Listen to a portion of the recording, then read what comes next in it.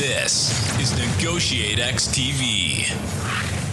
Hey everyone, welcome to the Negotiate X podcast. I'm your co-host and co-founder, Nolan Martin, and with me is the man, my good friend, Aram Donigian. Aram is also the co-host and co-founder of Negotiate X, and Aram got two guests, which is not what we have been doing normally, so let's kick it off. Sure. Why not try to mix it up a little bit, and no one better to mix it up with than our two guests today. So let me introduce our guests, Naseem and Rob. Naseem Khuri is an adjunct assistant professor of international negotiations at the Fletcher School of Law and Diplomacy. Naseem's a trainer, consultant, mediator, and facilitator, specializing in negotiation, influence, and conflict management. He's a senior partner with Dragonfly Partners, a principal with CM Partners, and a senior facilitator with Vantage Partners. He works with Fortune 100 companies in the private sector, offering training and consulting services to clients ranging from procurement officers, managing key vendor relationships, to loan officers managing long-term borrower relationships.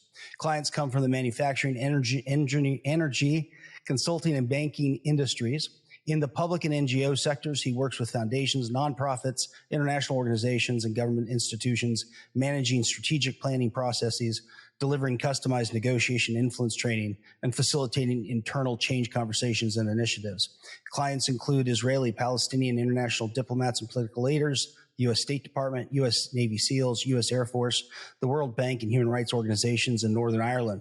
Previously, he was a senior advisor to the Kennedy School Negotiation Project at Harvard Kennedy School, where he developed and delivered customized capacity building workshops to mid and high-level public sector clients in Europe and Asia, and to local government, staff, military personnel, and law enforcement agencies in the U.S.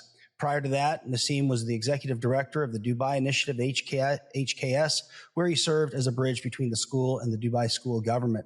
There, he oversaw the program's budget and fellowship program and created and developed and funded innovative research and outreach programs aimed at advancing scholarship in and increasing awareness of Middle Eastern issues. Naseem has a master's in public policy from Harvard and a Bachelor of Arts degree from Bowdoin. He's a member of the Truman National Security Project. He's also a fantastic musician.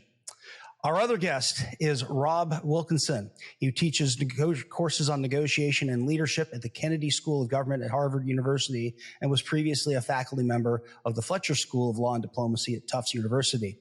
Rob successfully supports numerous Fortune 500 companies, government agencies, international organizations, and charities, helping them to build their negotiation, leadership, and team management skills, and to increase their overall effectiveness. He has more than 25 years of experience in over 50 countries across the public, private, and nonprofit sectors. Nonprofit and public sector clients include the UN, World Bank, International Monetary Fund, World Wildlife Fund, National Urban League, U.S. Postal Service, CARE International, the U.S. Office of Personnel Management, and the White House, where he's trained presidential appointees in negotiation, management, and leadership. Corporate and clients include companies such as Deloitte, Chevron, IBM, Merck, Fidelity, ExxonMobil, Johnson & Johnson, Bank of America, Thermo Fisher, and many others. Previously, Rob worked for 15 years on a variety of international projects. This included spending 3 years in Rwanda working with Hutu and Tutsi communities, 2 years working with UN peacekeeping mission in Angola, and 18 months in Laos, consulting on a variety of community development programs. He began his overseas work in Nicaragua in both Sandinista and Contra areas. Rob earned his master's from Stanford and bachelor's from MIT. Gentlemen, that was a lot to say to let folks know where you're coming from. Welcome. It's good to have you with us today. Thanks so much for having us. Great to see you. Well, listen, let's jump into this. Time is a precious commodity, and I certainly appreciate that about you both. I know you have a lot of things. You work heavily in the conflict area. Why is conflict so persistent? And is it going away anytime soon? All right, you really start with the easy ones, huh, Aram? Thanks. Rob, you want to take that? Well, let me start. Yeah, I mean, I think the first thing to say is that when I first learned about the kind of discipline of conflict resolution, the first thing that most professionals say about it is that conflict is not equated with necessarily destruction or violence or war. Sometimes we use that word interchangeably with violence or war.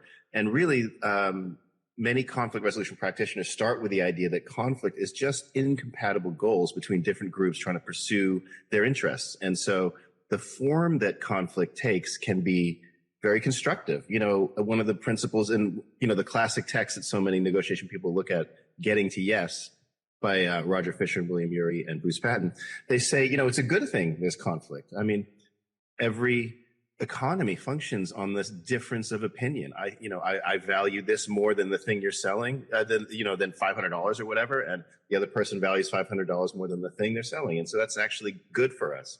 Every stock trade is based on the premise that one side thinks the price is going to go up, the other one thinks it goes down. So difference isn't inherently a bad thing. It's just that when people take methods to achieve their interest that can be destructive, now we have destructive conflict.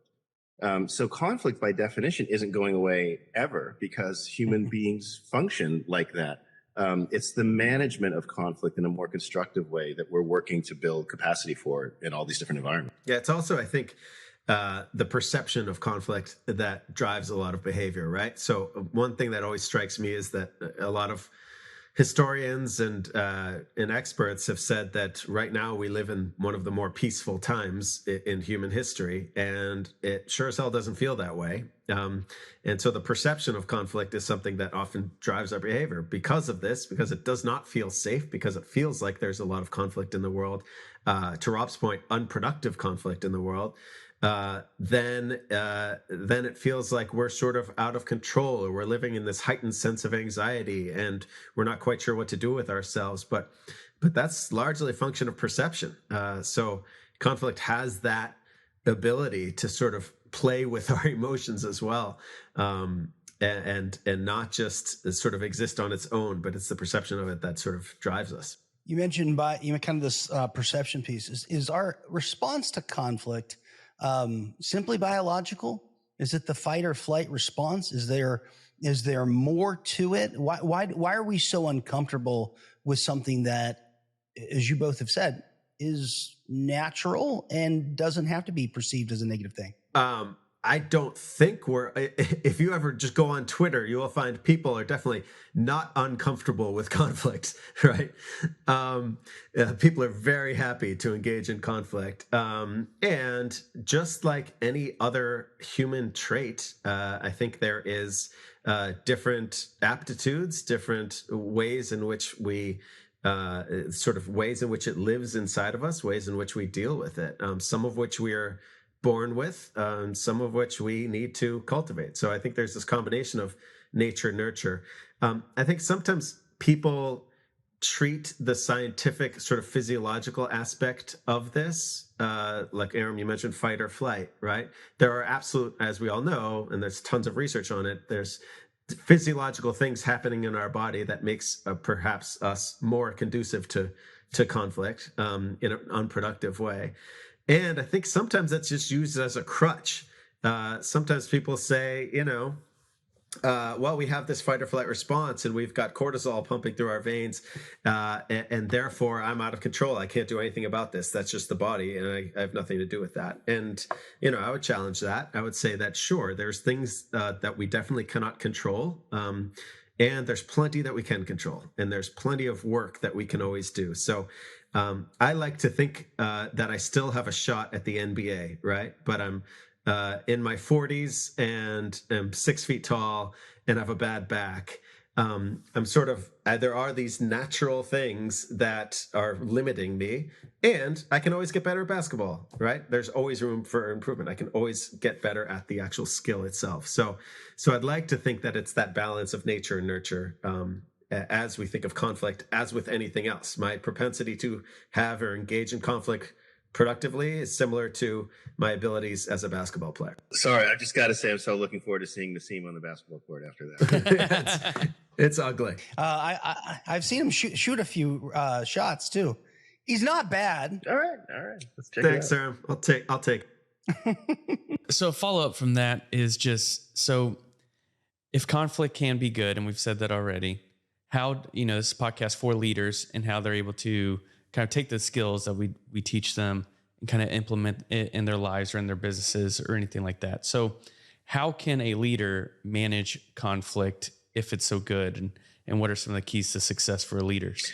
Great question. And there are some very specific things leaders can do that I think are linked to Aram's question, really, which is it's not just biological. There's sort of intellectual and individual process management choices we can make that increase our likelihood of being successful. So for example, the perception point Naseem raised is such a great one, because sometimes conflicts that are just perceived slights. So our great colleague Larry Susskind wrote it in one book, Dealing with an Angry Public. He has this great little analogy. If you're hiking in the woods and you don't realize that you're crossing in between a mama bear and a cub bear, then the mama bear comes running at you and you think it's entirely offensive on her part. I didn't do anything wrong, and now they're coming at me. And so you might want to attack back, whereas she thinks she's defensive, trying to save her child. And actually in the workplace or in general interactions, that analogy comes up all the time. You're thinking, why is this jerk doing this? Or who are they to say that? They're just trying to make me look bad. And we have all these stories we quickly tell ourselves about why people are doing what they're doing. And one of the things I know all of us on the call here teach this idea of first pausing and trying to understand what might be driving their behavior, what might be their underlying interest or motivation here. And you can't be a mind reader. You can't know for sure, but you can hold in suspension your judgment until you get a little bit more information. And that simple kind of discipline of just holding on for a second and then just asking first can turn out to avoid a whole lot of conflict. So that's one idea. And then the only other one I'll mention is just that in groups as leaders, the way that we set the tone for the process we're going to use in the conversation makes a big difference on whether we're going to provoke conflict or not. And sometimes we want to, I wouldn't say a negative way, but we want to provoke conflict when we're doing sometimes brainstorming or a process called red teaming, where you have one group kind of critique the other and just kind of like devil's advocate in teams. And there may be reasons we want to do that as a leader. And then there's times where we're trying to maybe build a sense of team, a sense of unity, some inspiration to take on a big challenge. And in that case, you want to kind of maybe do the opposite, build a shared sense of identity and a shared vision. So my sense is for leaders, the judgment between knowing when to explore and expand on the disagreement for learning purposes and when to seek consensus for inspirational and team building purposes is one of those hidden features of excellent leaders, which isn't really talked about as much as I think it should be. Rob, can you just say that quote that you always say, don't just do something? Well, so I worked, as you heard in my background, in overseas aid work. And so sometimes we had to do some urgent response to a humanitarian issue. And some of the great leaders in that area would always say, don't just do things, stand there. And in one case, I remember we had when I was living in Rwanda working for Oxfam, amazingly, a volcano actually erupted in Congo next door, and it's 250,000 people were fleeing across the border. And so one of those leading thinkers on this question came out to help us. And he said, the first thing we have to do is rent a helicopter. And we looked at each other thinking, really, that's our urgent priority? And he said, well, we have to figure out what's going on, who's where's the lava flowing, where are there already camps set up. Before we do anything else, we got to just assess the situation. And it turned out to be worth its weight in gold. There was actually very little human cost in that response because the people managing it, I was not managing it, but people who were very thoughtful. And even all the way through to short-term things, like if anyone's been trained in first aid, for example, if you come onto a scene where someone's been injured or something, the first thing they teach you is first stop and look around and assess. Don't just rush over to the person. What if the thing that hurt them now hurts you and there's two people down? Who have you helped then? So it's the idea of it's the same for conflict management. Slow down, pause, listen, assess first before we just fire back our response, which is so often the case. That firing back to me is such a huge component of unproductive conflict in the world right now, if I can dare to say such a big thing. But the propensity that people have to quickly react and to just fire right back. And you see it in every single environment, whether it's in a leadership setting with someone in the C-suite just shooting down a quick idea that they think will never work or they think is out of budget or out of scope, to Will Smith at the Oscars.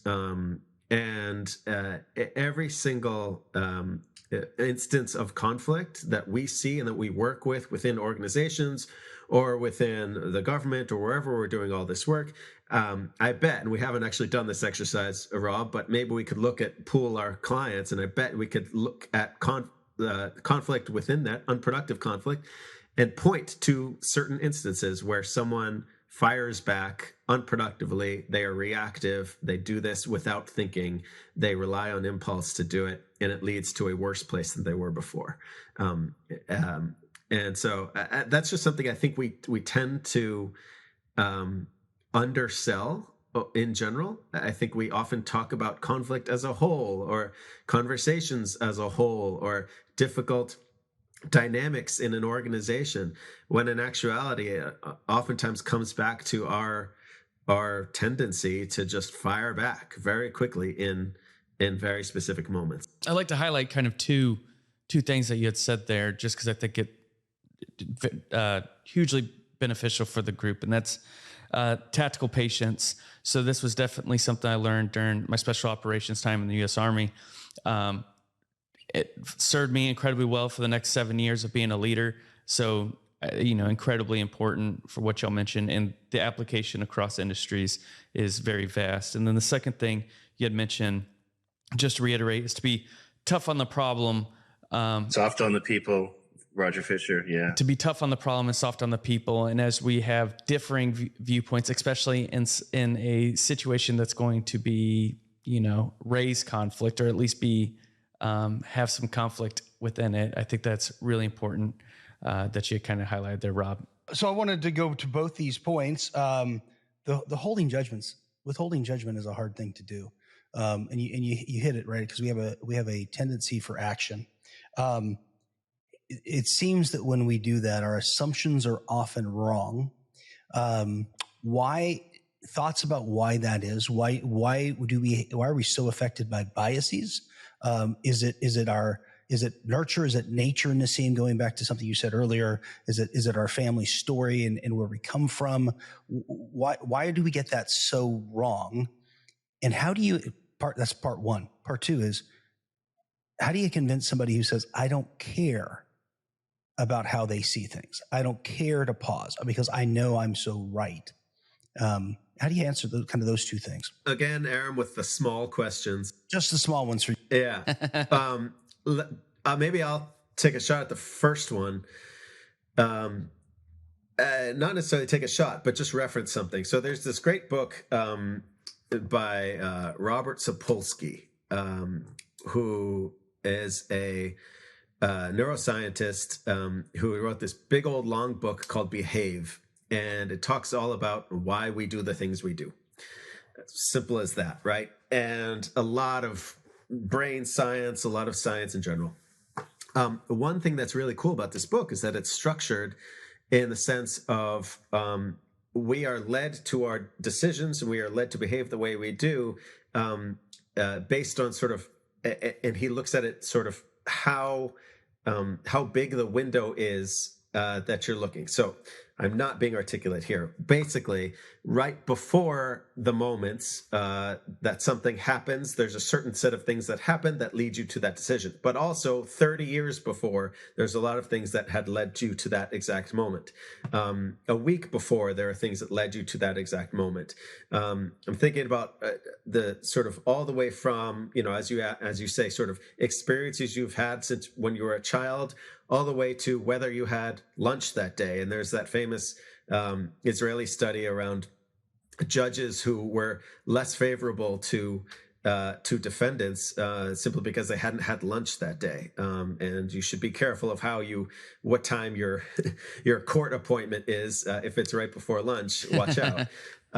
So that's just a plug on that. It's a huge, huge question around, why we have these biases and why we do the things we do that can be traced back to a few seconds before, all the way to years and years and years before. In summary, just read the book, Aram. That's all I'm saying. Just read the book. Stop being lazy and read the book. Let me try to be a little more constructive than our dear friend. No, the only one thing I would just add to your question, but your questions really both, which has to do with the fact that why do we bring in judgment so quickly? We want to read so quickly, and we sometimes think, I don't care what they think.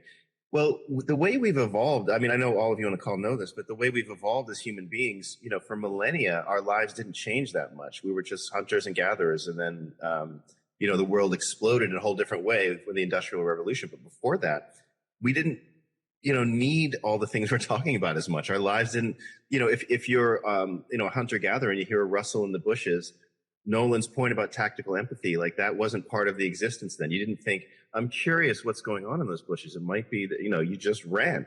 So our brains didn't evolve to have to think about all this stuff. But as we started to become more and more social, one of the interesting things in the research that's we've been learning in social psychology is that we very strongly identify with the group that we're in, and we see sharp boundaries between out-group people who aren't like us. And there's a few interesting things about the research there, which is that there's some important things we have to do to survive like that, which is to quickly collapse groups and make groups in a way that we can quickly understand. Like when we're driving on the highway, there's cars around us. There's not, oh, that's a Nissan Stanza, and oh, look at that, that's a Cadillac. That one has a scratch. We don't think that way. We think it's just cars because we can't drive safely if we don't start to categorize things. The trouble is when we bring in judgments about that out group, now we have the problem, because then we have prejudice and stereotyping and that kind of thing. So again, a reinforcement of that pausing and reflecting helps us, slows us down from leaping to conclusions, which is, oh, those people are just like that, whereas we're just trying to do the right thing here. And the us and them really deepens because we've evolved that way, but we've also evolved with the ability to actually bring in some cognitive judgment about whether that makes sense or not, rather than just operate out of instinct. So Rob, to kind of where you're talking, are we as human beings just tribal by nature? And are we just naturally inclined to form in groups and out groups and vilify those who see the world, think about us, think about things differently? And for survival's sake, we just need to find our group, go there. And how is it that tribalism exists in 2023? I mean, why is this so predominant? I mean, the way that I would put it is that we have evolved to survive by being social creatures. And what it means to be a social creature means that you find your in-group. Yes. So we are kind of geared towards that. We're hardwired for that. And it does make sense. That is how we survive. I mean,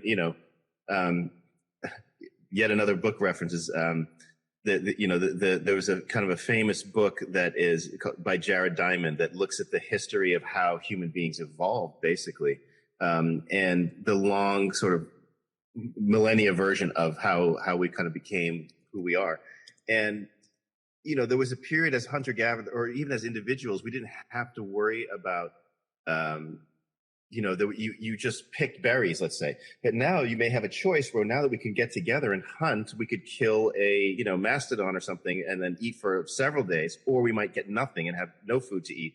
So we have to make judgments about who's going to do what. You go down to the water and you pick, you get mollusks, and we'll go hunt for this creature, and you plant seeds over there. So we had to develop a system to work together to survive. And so that's a positive thing. That's not at all a bad thing. The book, by the way, I'm referring to is called Guns, Germs, and Steel. It's a fascinating look at how we've evolved as human beings. And so that's all good. But the downside is that when we bring in so here's the specific interesting thing about the research on this social dynamics, is that we have a tendency to overgeneralize the homogeneity of the out group. And we have a tendency to expand the heterogeneity we see in our own in group. Even if the out group actually objectively is far more heterogeneous and they have different kinds of people, we say, oh, those people are just like that. It's our tendency as human beings.